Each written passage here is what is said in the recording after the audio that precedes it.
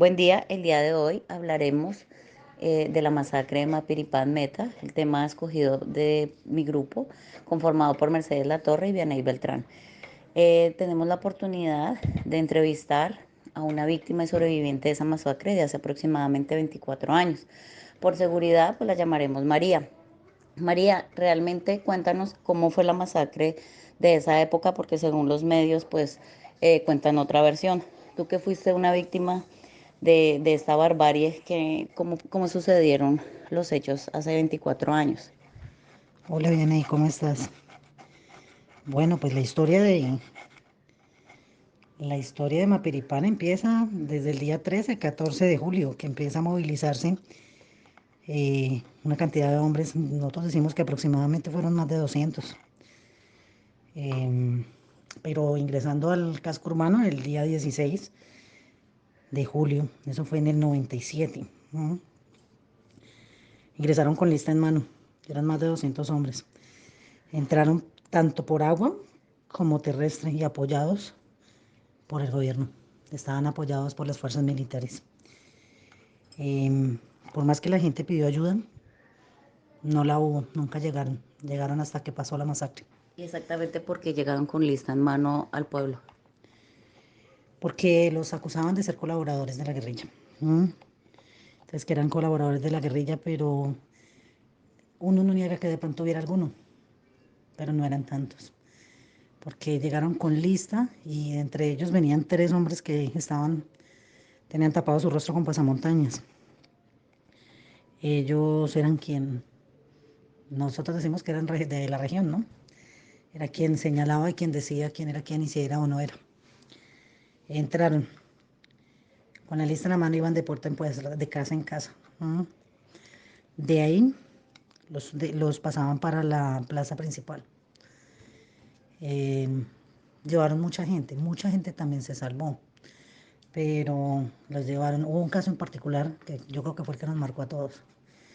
Eh, Sacaron al señor y pues según ellos habían comprobado que él tenía nexos directos y sacaron a la familia también. La esposa estaba embarazada. Tenían un niño como de 3 4 años, ya no recuerdo muy bien qué edad tenía, pero más o menos un aproximado tendría eso el niño. Al señor lo mataron primero a la señora, la amarraron de brazos y le sacaron el feto, estando viva. El feto lo dejaron puesto en un palo que a nosotros le llamamos palo de cruz. Ahí lo dejaron enterrado. Entre ellos iban unos que eran altos, morenos, raza negra.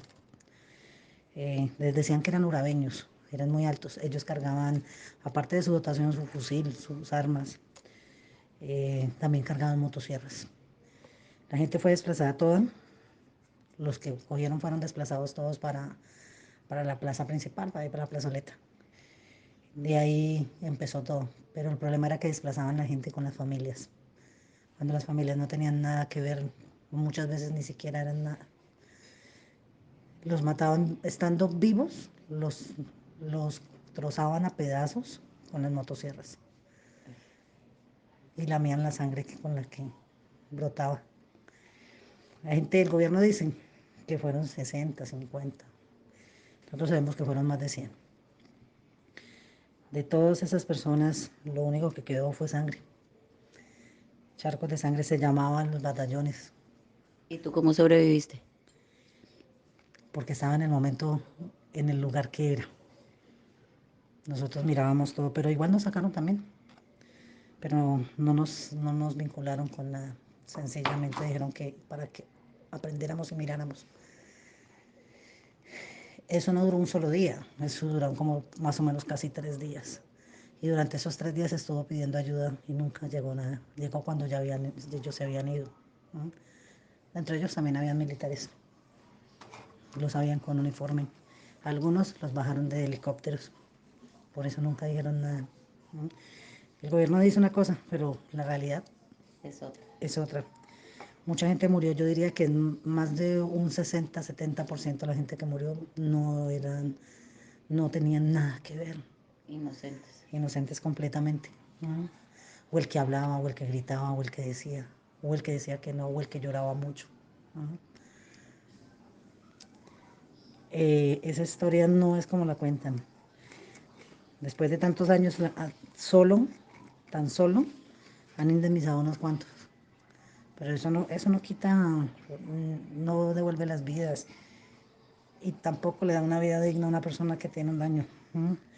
De esas ayudas muchas personas se beneficiaron que ni siquiera tenían nada que ver con el conflicto.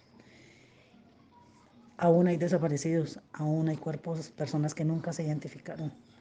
Personas no, para ellos eran restos, porque para recogerlos tenían que recogerlos por pedazos y hacer montones. ¿Mm? De eso han pasado tantos años y a pesar de que se falló a favor de la gente, nunca dieron lo que era. ¿Mm?